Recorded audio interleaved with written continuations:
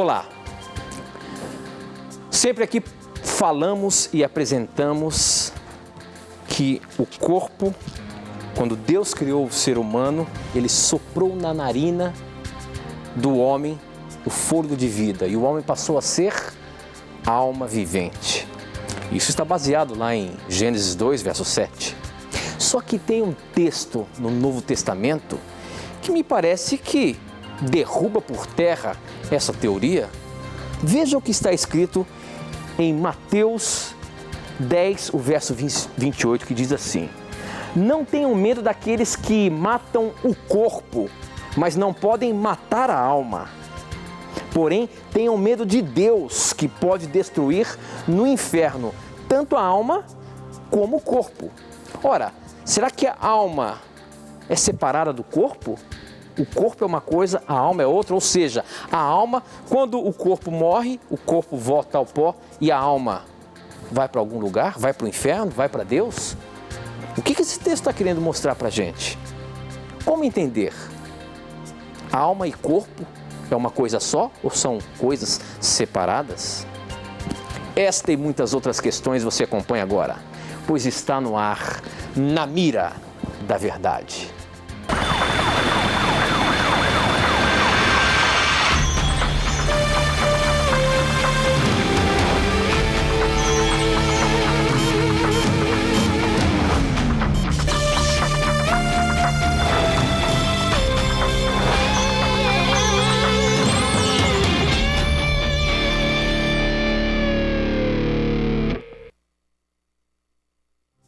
Estamos ao vivo hoje, terça-feira, dia 9. Estamos aqui, agora são 21 horas e 5 minutos, começando mais um programa Na Mira da Verdade.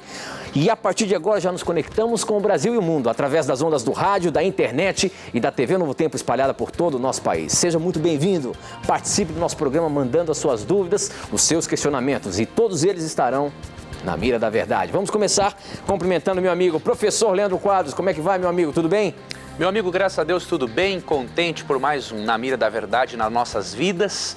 E eu queria aproveitar e mandar aqui alguns abraços rapidamente.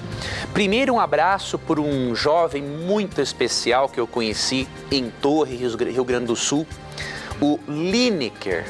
Lineker, este abraço é para você, né? Que Papai do Céu abençoe a você, abençoe o seu pai também, o Mingo, que trabalha também aí em Torres, abençoe toda essa querida família, que faz parte da nossa história também, por apreciar tanto Na Mira da Verdade.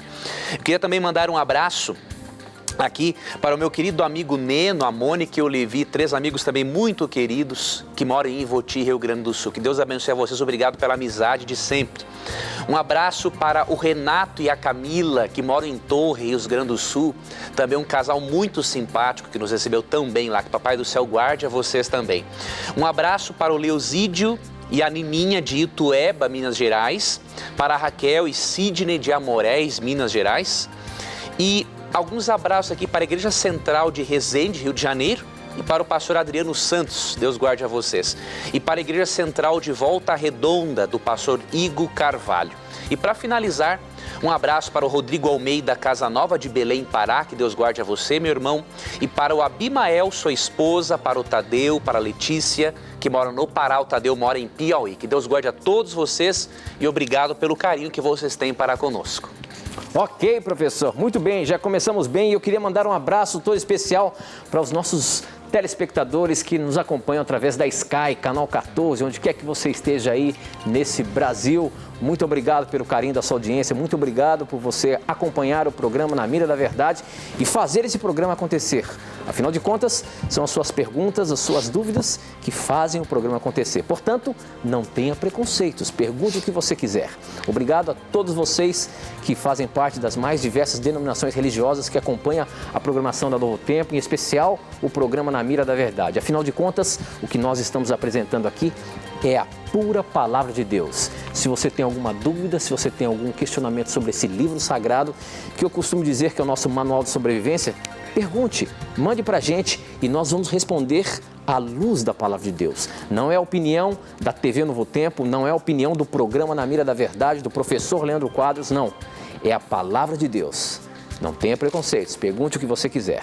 E a primeira pergunta, professor, é justamente essa que nós abrimos o programa. Afinal de contas, se lá em Gênesis, Deus ao criar o ser humano, e nós falamos isso, apresentamos isso sempre no programa, de que o homem, ao receber o fôlego de vida, se tornou alma vivente, como que a gente pode entender esse texto de Mateus 10, 28 aqui, professor, quando diz que leia pra nós, o próprio amigo. Jesus...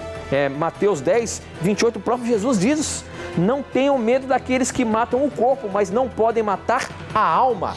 Ora, professor, como é que é isso daí? Pois olha, amigo Tito, esse é um dos textos preferidos daqueles que acreditam na imortalidade natural da alma. Agora, precisamos considerar uma coisa, querido amigo, querida amiga que nos acompanha. A visão bíblica do ser humano é uma visão holística. Ou seja, o ser humano, de acordo com a Bíblia, é um todo inseparável. E esta dicotomia ou divisão entre alma e corpo é simplesmente pura filosofia grega. E a Bíblia não compartilha da filosofia grega. Simplesmente a Bíblia se utiliza da língua grega para a escrita do Novo Testamento, o grego koiné, o grego comum, o grego do povo da época. Mas a Bíblia não partilha da filosofia grega. Eu gosto muito de um livro intitulado Imortalidade ou Ressurreição, em que o Dr. Oscar Cullmann, luterano, ele argumenta claramente que não há como você harmonizar a visão de Sócrates e Platão a respeito de alma com a visão de Jesus Cristo a respeito da ressurreição do corpo. Agora, como explicarmos Mateus 10, 28, onde parece estar dando apoio a teoria falsa de que corpo e alma podem se dividir, de modo que a alma sobrevive de maneira consciente fora do corpo? Precisamos primeiramente fazer uma leitura atenta do próprio versículo e analisarmos o significado do termo alma no contexto onde ele está empregado. O termo alma tem várias traduções na Bíblia. Agora, o principal é ser vivente, pessoa viva. Então nós lemos em Gênesis 2:7 que Deus criou o homem, soprou nas suas narinas o fôlego de vida, ou seja, não soprou uma alma, e o homem se tornou uma alma vivente. Então Gênesis 2:7 mostra que a alma vivente é uma pessoa viva. Interessante que a mesma expressão aparece aqui em Gênesis 1:24, em referência aos animais. Aqui é dito o seguinte: produz a terra seres vivos, na verdade aqui são almas, de acordo com as suas espécies. Porque a palavra alma se refere a criaturas vivas, na Bíblia. Mateus 10, 28, primeiramente, quando Jesus afirma: não temam aqueles que não podem matar a alma, mas podem matar o corpo, antes temam aquele, ou seja, Deus, que pode fazer perecer no inferno tanto a alma como o corpo. Primeiramente, leve em consideração uma coisa: esse texto, na verdade, fala que a alma não é eterna. Por quê? Porque Jesus diz que Deus fará perecer no inferno a alma e o corpo. Outro detalhe: a palavra inferno não é uma tradução feliz. No grego, o termo é Gehenna. E Cristo utiliza essa expressão para se referir ao lago de fogo que punirá e depois destruirá os ímpios após o milênio. Então você tem que perceber que quando Cristo emprega esse termo, ele se refere a um lago de fogo que existirá no futuro e não que existe hoje. Então você precisa ler Apocalipse capítulo 20. No verso 10 menciona o lago de fogo para a punição dos ímpios, mas versos 1 e 2 do capítulo 20 menciona o momento em que existirá este lago de fogo, após os 1000 anos, depois que Cristo voltar, ou seja, não existe hoje. Além disso, o texto diz que Deus fará perecer tanto a alma como o corpo, ou seja, biblicamente a alma não é algo imortal, é algo que perece, que pode perecer no Gehenna, no lago de fogo. É o que Cristo diz em Mateus 10, 28. E o termo alma? Interessante você analisar o emprego desse termo no contexto. O mesmo termo que aparece em Mateus 10, 28 aparece no verso 39. Olha o que diz aqui: Quem acha a sua vida, a perderá. E quem perde a sua vida por minha causa, a encontrará. O termo vida aqui no grego é alma. Então Cristo está dizendo o seguinte: quem acha a sua alma, a perderá. E quem perde a sua alma por minha causa, a encontrará. Os tradutores se encontraram num dilema horrível. Se eles traduzem o verso 28 por vida, eles não conseguiriam defender a imortalidade da alma. Agora, se eles traduzem o verso 39 por alma, como eles traduziram no verso 28, aí seria possível uma pessoa perder a sua alma por causa de Cristo. Agora, por que eles traduziram de maneira diferente o verso 28 do verso 39? Simplesmente porque os seus pressupostos são imortalistas. Tá ok? Então, quando Cristo fala que Deus vai fazer perecer no Guiena, ou lago de fogo, tanto a alma como o corpo, se você levar em conta o verso 39, que é o mesmo termo no original, que ele está falando o seguinte: Deus vai fazer perecer no inferno tanto o corpo quanto a vida eterna.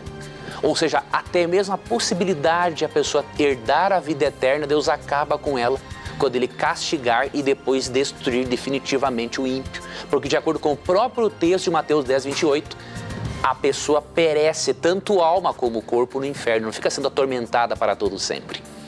Então, leve em consideração esses fatos e nunca se esqueça de uma coisa: não há como ter vida após a morte sem Jesus voltar e sem haver uma ressurreição. De acordo com 1 Coríntios 15, 51 a 55 e 1 Tessalonicenses 4, 13 a 18, os mortos voltarão a ter vida e consciência após a volta de Cristo. Se hoje a pessoa já desfrutasse de alguma espécie de recompensa, não haveria necessidade de uma ressurreição. O próprio fato de existir uma ressurreição é prova inequívoca de que os mortos não se encontram desfrutando de nada. E por isso, biblicamente, esse texto de Mateus 10, 28 não afeta a antropologia bíblica, que ensina ser o ser humano um ser holístico, integral e inseparável. Ok, professor. Muito boa resposta. Bom, para você participar do nosso programa, basta você mandar as suas perguntas para o nosso SMS. O número é 12 9156 6972. Você manda a sua pergunta, eu recebo aqui na hora. Você pode também participar com a gente através do nosso blog.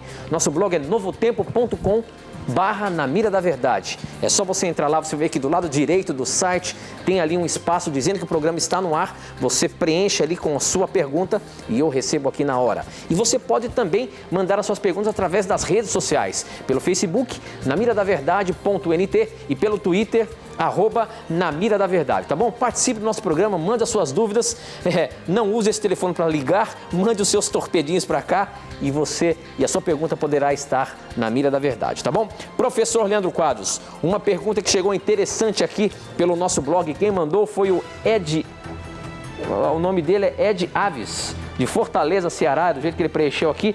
Ele diz o seguinte: o que a Bíblia diz, professor, a respeito do sacrifício? Terei eu que sacrificar todos os meus bens, todo o dinheiro e ficar sem nada, só na dependência de colocar tudo no altar de Deus para provar que creio nele e em troca receber um milagre de Deus ou até mesmo a salvação? Olha aí, professor. A pergunta dele é de uma pessoa sincera que está ouvindo aí pregações dizendo que nós temos que depositar tudo no altar de Cristo, se possível até nos sacrificar, vender tudo que temos, colocar esperando uma bênção, esperando um milagre. É assim que Deus espera? É assim que Deus nos provém com suas dádivas, meu amigo? Excelente pergunta, amigo Tito, e querido irmão que fez essa pergunta.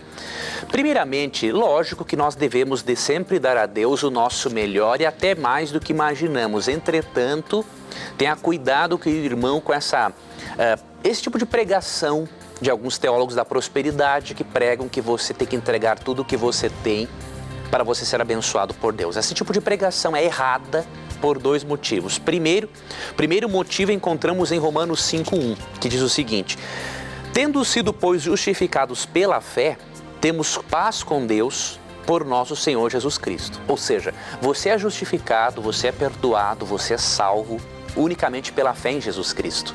A salvação é um presente de Deus para você e você não compra a salvação por meio do seu dinheiro, por meio de nada, por meio de obra alguma. Então esse é o primeiro motivo pelo qual você e eu não podemos comprar a Deus e primeiro motivo pelo qual essas pregações de vários teólogos da prosperidade são pregações antibíblicas. O segundo motivo encontramos em 1 Timóteo 6. Por quê? Esse texto menciona para nós que na igreja cristã primitiva haviam pessoas ricas. Então isso significa que nem todos os cristãos, boa parte deles não deu tudo o que tinha para poder agradar a Deus. Do contrário, não haveriam pessoas ricas na igreja cristã. Então você lê, por exemplo, em 1 Timóteo 6, 17, olha que conselho interessante. Ordene aos que são ricos no presente mundo, que não sejam arrogantes, nem ponham a sua esperança na incerteza da riqueza, mas em Deus, que tudo nos provê ricamente para a nossa satisfação. Ordene-lhes que pratiquem o bem, sejam ricos em boas obras, generosos e prontos a repartir. Veja, o texto não tem nenhuma recomendação para que a pessoa dê tudo o que ela tem para os outros para ela poder agradar a Deus. Não. O texto diz assim, que os ricos não sejam arrogantes, não ponham sua confiança na riqueza. E a recomendação no verso 18 de 1 Timóteo 6 é: pratiquem o bem, sejam ricos em boas obras, generosos e prontos a repartir. Por isso, querido amigo, se Deus lhe abençoou com recursos, seja generoso. Reparta, ajude o próximo, mas não dê todo o seu dinheiro para esses indivíduos que andam aí querendo extorquir as pessoas. Não é isso que a Bíblia ensina, tá ok? Então fique na Bíblia, utilize seus recursos para o crescimento do reino de Deus e para aliviar o sofrimento do próximo, tá bom? Administre aquilo que Deus lhe deu e Deus vai lhe abençoar por isso. Muito bem, professor. Bom, para você participar, você já sabe, mande as suas perguntas para o SMS 12 91566972, que aparece aí no seu vídeo. Anote aí, 12 91566972, ou através do nosso blog novotempo.com/Na Mira da Verdade, através das redes sociais, no Facebook namiradaverdade.nt e no Twitter @Na Mira da Verdade. O Lucas Carvalho aqui pelo Twitter está perguntando o seguinte: o que é a nova aliança, ou em outras versões, segunda aliança, que é apresentada no Novo Testamento, professor? O que é isso, a questão da nova aliança que Jesus fez? Isso tem alguma coisa a ver com uma nova lei que Jesus estava apresentando aqui, professor? Infelizmente, amigo Tito, muitas pessoas pensam que sim. Pensam que, pelo fato de Deus ter uma nova aliança com o ser humano, isso significa que Deus tem uma nova lei. Agora, isso não tem fundamento algum, primeiramente porque os princípios morais de Deus são os mesmos para as pessoas de todas as épocas. E segundo motivo, que a nova aliança... Mas por que, professor, que Jesus falou então que ele agora condensava toda a lei em apenas 2 mandamentos? Amar a Deus sobre todas as coisas e ao próximo como a ti mesmo? Como é que é isso? Eu vou ler aqui um texto muito interessante, Tito, que encontramos em Lucas 22:20, que diz assim: da mesma forma, depois da ceia, tomou o cálice dizendo: este cálice é a nova aliança no meu sangue, derramado em favor de vocês. Em que se constitui a nova aliança? Primeiramente, o que é a aliança? A aliança é um acordo entre 2 partes. Deus fez uma aliança com Abraão, em Gênesis, lemos ali a partir do capítulo 12, Deus fez uma aliança com Abraão de que se Abraão saísse da sua terra, do meio do paganismo, e servisse a Deus, Deus abençoaria Abraão para que Abraão abençoasse todas as nações da terra por meio do conhecimento do verdadeiro Deus. Essa aliança é chamada de antiga, não porque ela está errada, porque Deus não erra. Ela é chamada de antiga aliança porque ela foi dada na antiguidade. Só que como que Abraão expressava a fé, bem como os israelitas, de que Deus realmente cumpriria a sua parte no acordo? Ele sacrificava um cordeirinho, de acordo com Levítico 22. O cordeirinho era um símbolo de Jesus, o verdadeiro cordeiro de Deus, tira o pecado do mundo, de acordo com João 29. E aí o que acontece? Passou-se o tempo, Jesus veio. Sendo que Jesus veio e morreu na cruz, a antiga aliança se tornou nova, porque agora ela não é mais baseada em sangue de animais para tipificarem a Cristo, para simbolizarem a Cristo. Agora, esse acordo de Deus em salvar o ser humano é baseado no sangue de Jesus Cristo. Então a aliança é nova por causa da época em que foi dada e porque a base dela é o sacrifício de Jesus. Mas o plano de salvação continua sendo o mesmo desde o Antigo Testamento até hoje. Os padrões morais de Deus são os mesmos no Antigo Testamento e hoje. E que a nova aliança, o novo acordo de salvação baseado no sangue de Cristo, agora definitivamente, que este acordo não muda em nada os princípios morais de Deus, encontramos em Hebreus 8:10, que é o último texto que vamos ler para finalizarmos essa pergunta.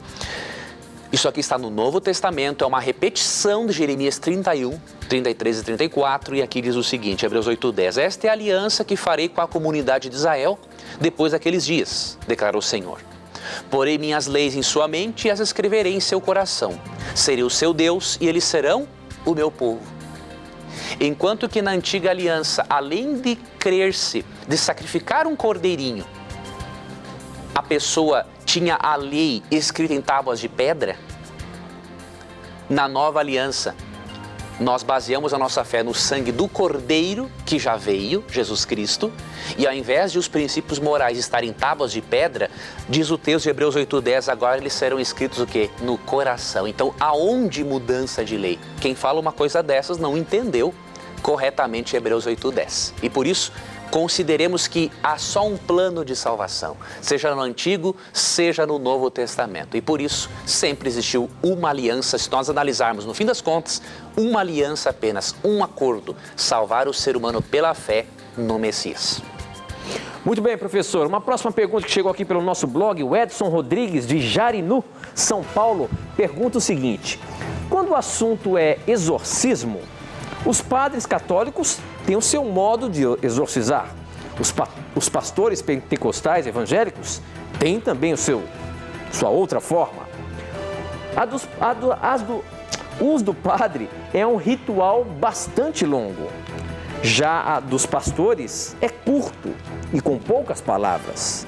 Afinal, qual dos tipos é exorcismos? Ou quais tipos são praticados? E qual é o modo correto? Como Jesus Cristo praticava seus exorcismos, como por exemplo na história dos demônios que foi jogado aos porcos. Olha aí, professor, essa pergunta de exorcismo nunca chegou aqui no Na Mira da Verdade. Como é que a gente pode colocar aí, apresentar de acordo com a palavra de Deus a questão do exorcismo? Na Igreja Católica a gente sabe, os padres têm o seu modo de fazer o exorcismo, expulsar demônios. Os pastores também têm. Afinal de contas, o que a Bíblia apresenta sobre expulsar demônios? Existe isso mesmo? Pois olha, aqui em Mateus 8,16, percebemos que realmente Jesus Cristo, no seu ministério, entre muitas coisas que fez, ele teve que expulsar espíritos demoníacos que tomavam posse da mente das pessoas. E isso é um exorcismo? Isso é exorcismo, né? Então, como que Cristo procedia? Primeiramente, Cristo não ficava nem muito tempo delongando ali com o demônio e muito menos Cristo entrevistava o demônio como fazem muitos pastores hoje. O indivíduo que entrevista o demônio está correndo um risco violento, ele está revelando características psicológicas muito particulares ao diabo. E o diabo vai usar isso contra ele, então ele não imagina o que ele está fazendo. Ele acha que está fazendo algo de bom e está fazendo algo de péssimo para a vida espiritual dele. Como que Cristo lidava na questão do exorcismo? Como que ele expulsava um demônio? Mateus 8,16 diz assim: ao anoitecer foram trazidos a ele muitos endemoniados e ele expulsou os espíritos com uma palavra e curou todos os doentes. Ou seja, Cristo não dava conversa para o demônio. Cristo não entrevistava o demônio. Ele mandava ir embora e pronto. Então, se os seguidores de Cristo querem imitar o seu exemplo, devem fazer a mesma coisa. Não se demorar com o demônio e muito menos entrevistá-lo. Quer dizer que qualquer pessoa pode expulsar um demônio, professor? Que receber o dom para isso, porque os dons espirituais, em 1 Coríntios 12, tem vários tipos de dons espirituais, não é, Tito? Então, se a pessoa for chamada por Deus para fazer isso, ela pode fazer sim, não é uma coisa exclusiva de pastor ou de sacerdote, né? Tanto que ali em Marcos 16, não é? Marcos 16, 16 e 17, Cristo menciona que os seus seguidores, em seu nome, expulsariam demônios. Ok, professor. Quer dizer que qualquer pessoa que está consagrada a Deus tem a capacidade de expulsar um demônio? Que tenha aquele dom espiritual para isso, pode sim, com certeza. Ok, muito bem. Ok. Nosso programa está apenas começando aí, tem muitas perguntas ainda para colocar na mira da verdade. Se você não mandou sua pergunta aí, aproveite o intervalo e mande as suas perguntas para a gente. Mas antes de irmos para o intervalo, nós temos um recadinho especial para você. Acompanhe. Olá, Tito, professor Leandro, amigos que acompanham o programa Na Mira da Verdade. É com muita alegria que eu entro aqui nesse programa para lhe fazer um convite. Agora, no mês de julho, entre os dias 20 e 27, nós teremos uma semana muito especial aqui na TV Novo Tempo, ao vivo da Igreja de Moema. O horário será das 19 horas e 30 minutos até as 21 horas. Nesta semana, vamos colocar o profeta Jonas na mira da verdade. A história de um profeta que é muito bem humorada.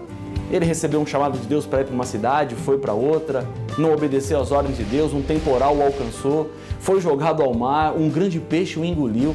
Depois ele vai à cidade e prega. O que essa história tem para nos dizer? É isso que vamos estudar nesta semana especial. E eu tenho, então, um encontro marcado com você e eu vou lhe esperar para juntos apresentarmos a Palavra de Deus e entendermos um pouco mais da história deste profeta que vai impactar a sua vida. Que Deus te abençoe e nos vemos lá.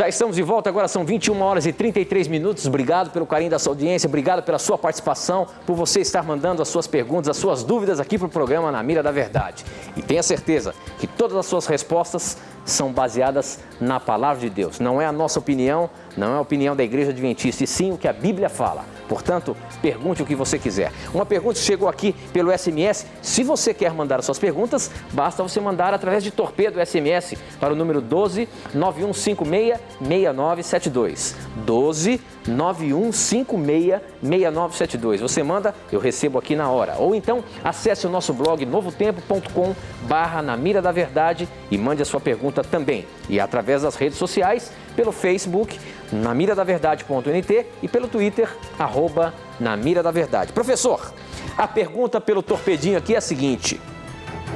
Primeiramente, gostaria de parabenizar o programa, é muito bom. Tenho uma dúvida e gostaria de saber. Depois de aceitarmos a Jesus como Senhor e Salvador, podemos perder a salvação? Olha aí, professor. Uma vez que eu aceitei a Jesus como meu Salvador pessoal e começo a segui-lo com todo o meu coração, eu já estou salvo? Ou em algum momento aí na estrada da vida eu posso me perder? Como é que é isso?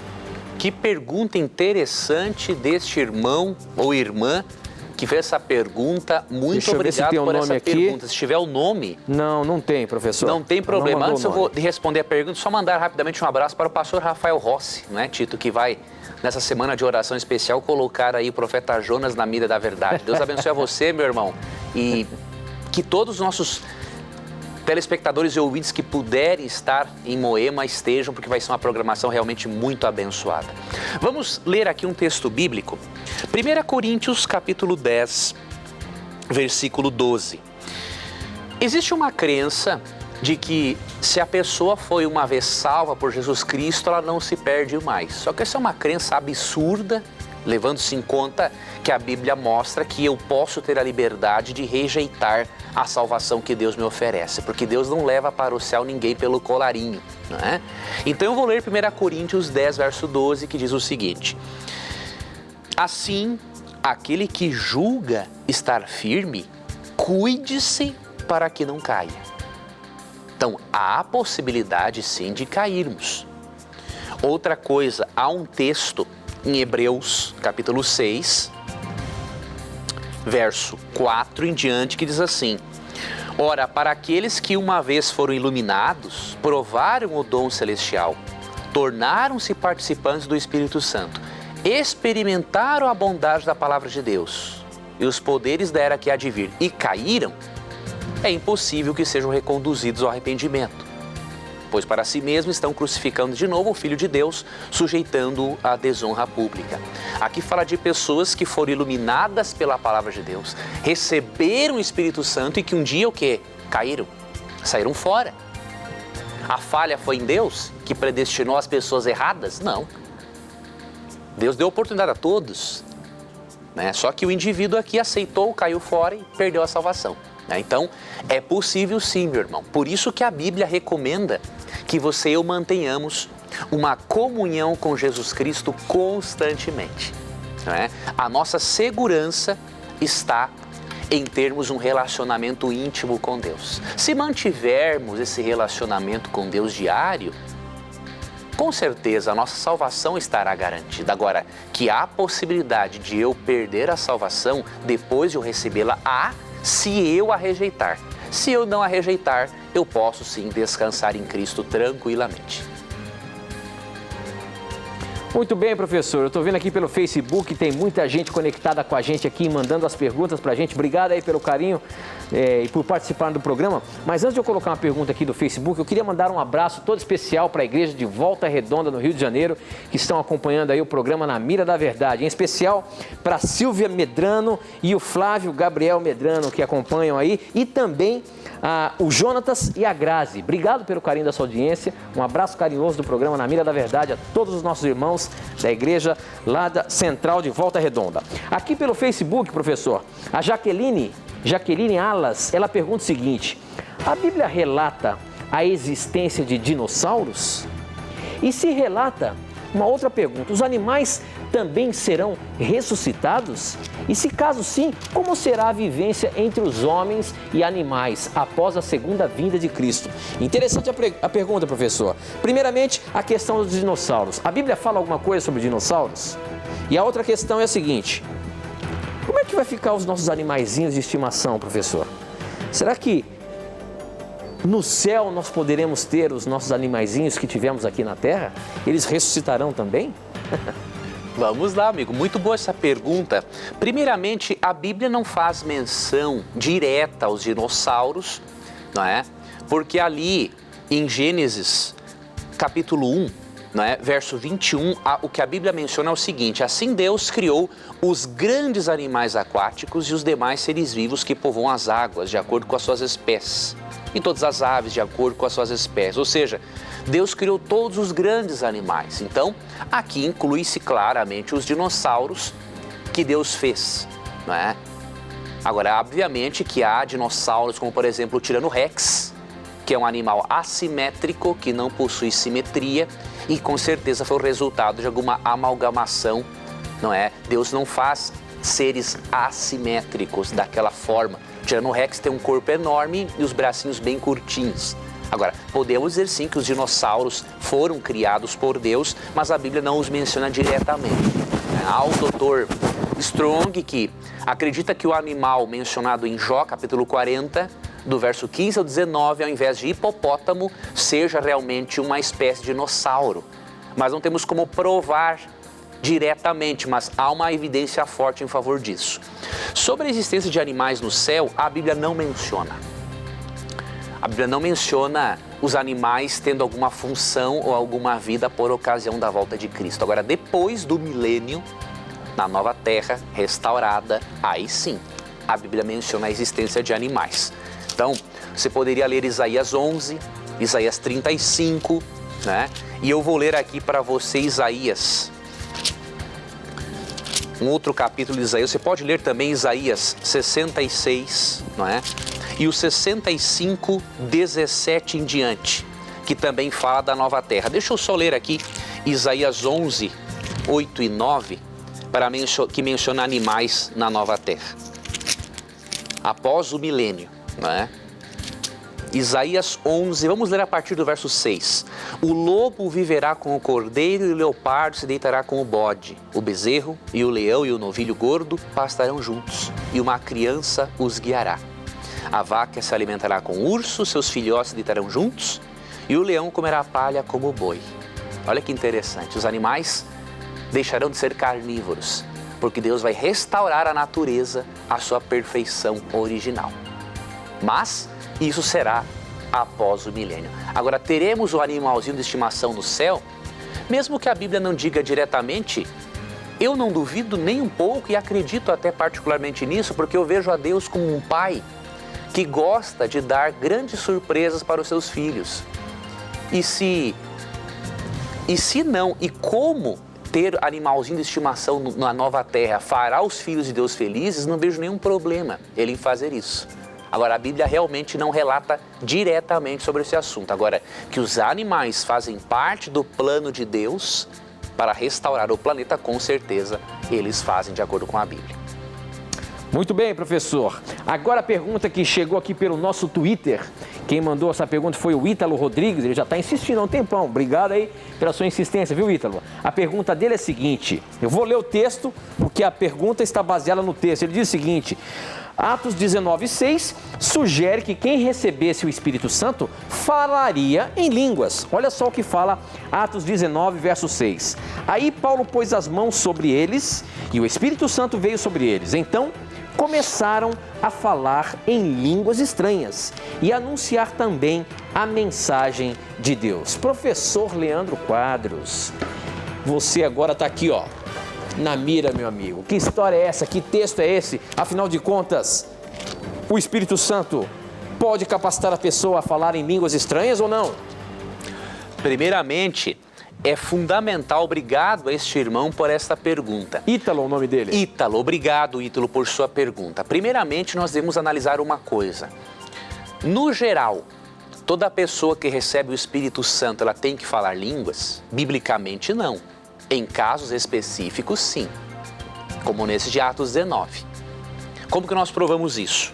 Bom, em Atos 19, você percebe que eles receberam o Espírito Santo, não é? E o Tito leu, nesse capítulo 19, verso 6, que eles receberam o dom de línguas e começaram a anunciar a palavra de Deus. Então, aqui tinha um propósito muito específico. O dom de línguas foi dado por ocasião do recebimento do Espírito Santo, porque eles tinham que pregar o Evangelho em toda a região da Ásia, não é? Então havia um propósito missiológico. Então, em casos específicos, sim, uma pessoa pode ter o dom de línguas bíblico para anunciar em outros idiomas a mensagem da salvação. Agora, no geral, não é assim que acontece, porque Jesus Cristo, quando foi batizado nas águas e recebeu o Espírito Santo, ele não falou em línguas. Então nós lemos em Mateus 3, 16 e 17 o seguinte: assim que Jesus foi batizado, saiu da água. Naquele momento o céu se abriu e ele viu o Espírito descendo como pomba e pousando sobre ele. Então uma voz dos céus disse: este é o meu filho amado, de quem me agrado. Cristo nunca se utilizou do dom de línguas porque para ele não era necessário. O dom de línguas não é uma prova de que a pessoa tem o Espírito Santo. Ele é uma evidência. Quando é o dom de línguas bíblico, ele é uma evidência de um dom espiritual, mas não que ela tenha o Espírito Santo. Então eu sei que tem muitos irmãos pentecostais assistindo ao Na Mira da Verdade que nunca falaram línguas. Eu garanto a você, meu irmão, se você aceitou a Cristo como seu Salvador, você está no processo de santificação, de transformação do seu caráter, você tem o Espírito Santo com você, independente de falar línguas ou não, certo? Então, em casos específicos, como o de Atos 19, sim, ao receber o Espírito, a pessoa tem um dom espiritual para falar em outros idiomas para levar a mensagem de salvação. Em casos gerais, não é assim que acontece, na grande maioria, como no caso de Jesus em Mateus 3, 16 e 17. Muito bem, professor. Agora pelo nosso blog, o Charles de Carangola, Minas Gerais, pergunta o seguinte: na Bíblia, há muitas evidências de pessoas que foram arrebatadas. Hoje, alguns de nós podemos ser arrebatados antes do tempo? Professor Leandro Quadros, será que pode acontecer de repente eu estar andando pela rua assim e ser arrebatado, professor? E você ficar aqui? Eu ir e você ficar? Pois olha, amigo. O que você acha? Realmente, há possibilidade, se Deus quisesse, de levar uma pessoa para o céu antes, mas não vemos menção disso na Bíblia ou algo na Bíblia que profetize que Deus faria isso. Mas então o que quer dizer o arrebatamento secreto que é tanto pregado aí fora, professor? Aí o arrebatamento secreto já é uma teoria que ensina, né, que quando Cristo voltar, entre aspas, ele vai o quê? Arrebatar toda a sua igreja secretamente. Mas é uma não existe teoria... texto na palavra de Deus que um será levado, outro será deixado? Isso aí não está querendo afirmar a questão desse tipo de arrebatamento? Realmente as pessoas baseiam nesse capítulo de Lucas 17 para dizer isso. Entretanto, Lucas 17 não diz isso. Né? Quando afirma que um vai ser deixado e outro tomado, o texto está dizendo que alguns vão se salvar e outros vão se perder. Mas o texto não fala que o que vai ser deixado será deixado vivo. Por quê? Em 2 Tessalonicenses 1, 7-9 afirma que por ocasião da volta de Cristo, os que não forem para o céu serão exterminados. Então não vai ficar ninguém vivo para outro ser arrebatado secretamente. E de acordo com 1 Tessalonicenses 4, 16 e 17, ali é dito que a volta de Cristo é acompanhada de som de trombetas, da ressurreição dos mortos e da transformação dos vivos. Então, realmente é impossível haver um arrebatamento secreto da igreja, considerando que a volta de Cristo é acompanhada de som de trombetas, ou seja, é algo audível, acompanhada da ressurreição dos mortos, ou seja, é algo visível. E, portanto, nada de arrebatamento secreto na Bíblia, né?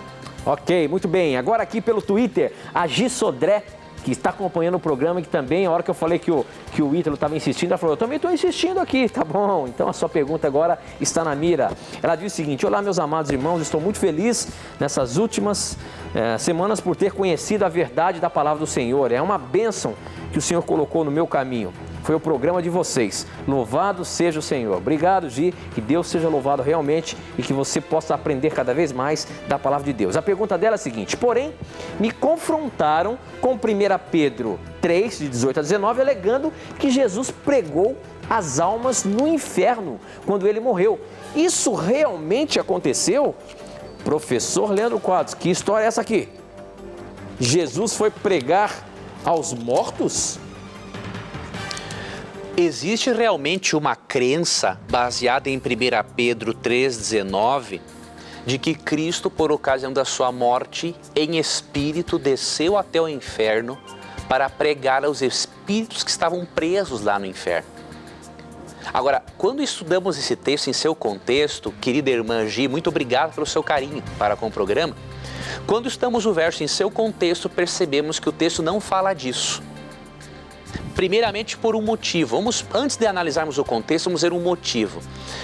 Temos que, quando lemos um texto difícil, temos que fazer algumas perguntas para esse texto. Por exemplo, o verso 19 diz assim, no qual também foi e pregou aos espíritos em prisão. Temos que fazer algumas perguntas. Quem pregou? Que espíritos são esses? E que prisão é essa? Essas são 3 perguntas básicas para fazermos ao texto. E uma quarta pergunta que poderíamos fazer, entre outras, existe oportunidade de salvação depois da morte? Vamos começar respondendo a última pergunta. Existe oportunidade de salvação após a morte? Biblicamente isso é impossível. Por quê? Você lê, por exemplo, em Hebreus, capítulo 3, verso 13, o seguinte, Hebreus 3, 13. Ao contrário, encorajem-se uns aos outros todos os dias, durante o tempo que se chama hoje, de modo que nenhum de vocês seja endurecido pelo engano do pecado. Esse texto diz que o momento de nós aceitarmos a salvação é hoje, para que no futuro o nosso coração não seja o quê? Endurecido pelo pecado. E quando você lê esse texto com 2 Coríntios 6, verso 2, Ali é dito o seguinte: hoje é o dia da salvação. Biblicamente, não há oportunidade de salvação após a morte. Então esse é o primeiro ponto. Isso já serve para nos mostrar que em 1 Pedro 3,19, jamais Cristo estaria indo a um lugar de mortos para pregar a eles, sendo que a única chance de salvação é o quê? Em vida, de acordo com o texto bíblico. Agora vamos responder as outras perguntas do texto. Quem são os espíritos? Que prisão é aquela? E quem pregou? Precisamos ler 1 Pedro 3,19 a partir do verso 18. Então vamos ler a partir do verso 18, o texto diz o seguinte: pois também Cristo sofreu pelos pecados uma vez por todas, o justo pelos injustos para conduzir-nos a Deus. Ele foi morto no corpo, mas vivificado pelo Espírito. Na Nova Versão Internacional, o termo Espírito está em letra maiúscula.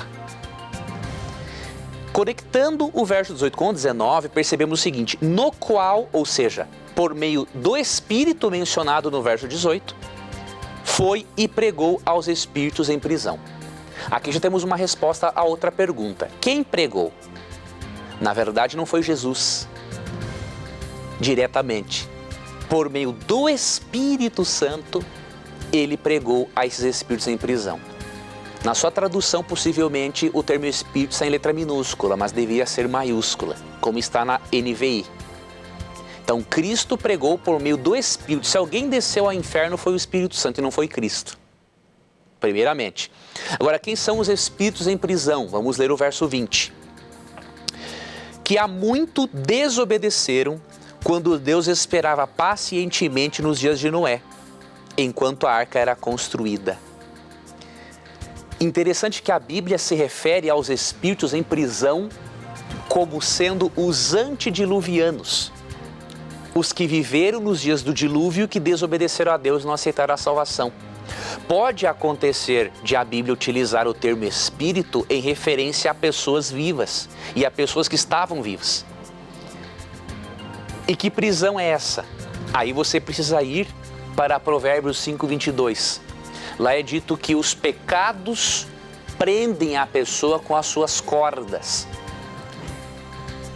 Lendo 1 Pedro 3:18 a 20, com Provérbios 5:22 e considerando que não há oportunidade de salvação após a morte, podemos chegar à seguinte conclusão.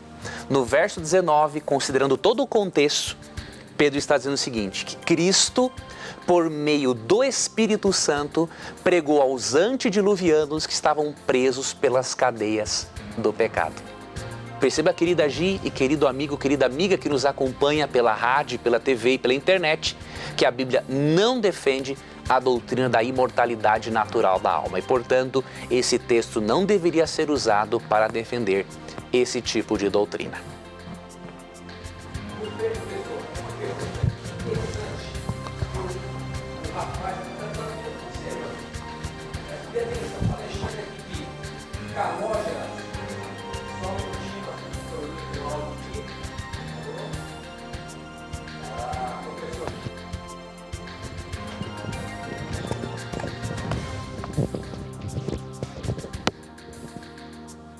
Ok, já resolveu aqui. já chegou o microfone aqui pra gente. Bom, aqui a gente não pode ficar parado não. A pergunta é a seguinte: o Alexandre está desafiando você, meu amigo. Ele aqui tem uma pergunta interessante que eu estou procurando na Bíblia aqui, os textos que ele colocou, mas no final ele fala assim, ó. Quer ver, professor? Ele fala assim, ó. Quero ver como é que você sai dessa, meu amigo. Então olha a pergunta do Alexandre. A pergunta dele é o seguinte: o reino milenar de Cristo será na terra ou no céu? Jeremias e Isaías falam desse reino. E ele começa a citar os textos. Jeremias 23:5 diz o seguinte: eis que vem dias, diz o Senhor, em que levantarei a Davi um renovo justo. E sendo rei, reinará e prosperará e praticará a justiça e o juízo na terra. Aí depois Isaías 11:1 e depois 9:7 diz o seguinte: porque brotará um rebento do trono de Jessé, do incremento deste principado e da paz não haverá fim sobre o trono de Davi e no seu reino. Jeremias 23, e aí depois no final ele fala assim, a promessa tem que se cumprir, mas na terra. Sai dessa, professor. Professor, tá com áudio ruim aí também? Tô te ouvindo perfeitamente. Tá tudo certo aí? Rapaz, deu pau em tudo aí, Deu problema. E agora, será que os câmeras estão ouvindo? Tudo ok. Então agora está tudo ok. Vamos lá. Sim.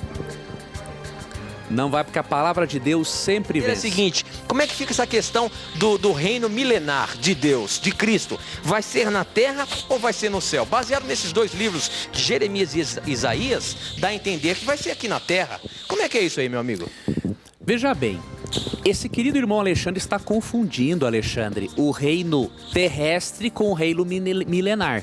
Não tem nada a ver uma coisa com a outra, né? Então o que acontece? Quando você lê, esses textos que você apresentou não falam do período dos 1000 anos. Então você precisa ir, por exemplo, ao Apocalipse capítulo 20 para você entender como será o milênio e onde será o milênio. Então vamos ler aqui só os versos iniciais, e aí eu recomendo que o Alexandre, o telespectador, internauta e ouvinte que quiser também, leia o restante do capítulo em casa. Então, Apocalipse capítulo 20, quando menciona os 1000 anos, olhem que contexto. Vi descer dos céus um anjo que trazia na mão a chave do abismo e uma grande corrente. Ele prendeu o dragão, a antiga serpente, que é o diabo Satanás, e o acorrentou por 1000 anos. Veja, o milênio é mencionado num contexto em que Satanás está preso na terra, ou seja, Cristo não está reinando aqui. Satanás está preso na terra, e onde os justos estarão? Você deveria ler João 14, 1-3. Ali Cristo diz o seguinte: não se preocupe no seu coração, crê em Deus e crê em mim. Na casa de meu pai há muitas moradas, se não fosse assim eu teria dito, pois vou preparar lugar. E quando eu for e preparar, voltarei e vos levarei para mim mesmo, para que onde eu estou, esteja você também. Onde que Cristo está hoje? No céu, no paraíso. Então é óbvio que ele vai levar os seus seguidores para o paraíso. E aí depois do milênio, diz aqui Apocalipse 21, verso 1 e 2, a cidade santa desce. E aí depois o reino terrestre de Cristo é inaugurado. Então a sua compreensão do milênio não é bíblica, né? O milênio é no céu, depois dos 1000 anos, em que nós ficaremos no céu julgando, entendendo a forma como Deus lida com o pecado e os pecadores, de acordo com 1 Coríntios 6, 2 e 3, depois desse período mencionado em Apocalipse 20 e 21, a cidade santa desce e Cristo restaura o reino eterno aqui no planeta Terra. Então, leia todos esses textos, tenha a mente aberta e Deus vai lhe ajudar a compreender este assunto. Ok, professor, muito bem. E olha, eu queria dizer para você que você pode aprender, deixa eu pegar aqui, mostrar para você o curso bíblico que nós oferecemos todas as semanas aqui para você. Você pode aprender da Bíblia cada vez mais estudando a Bíblia. E nós temos uma forma de você estudar isso facilmente, é através deste curso bíblico aqui, Verdades para o Tempo do Fim.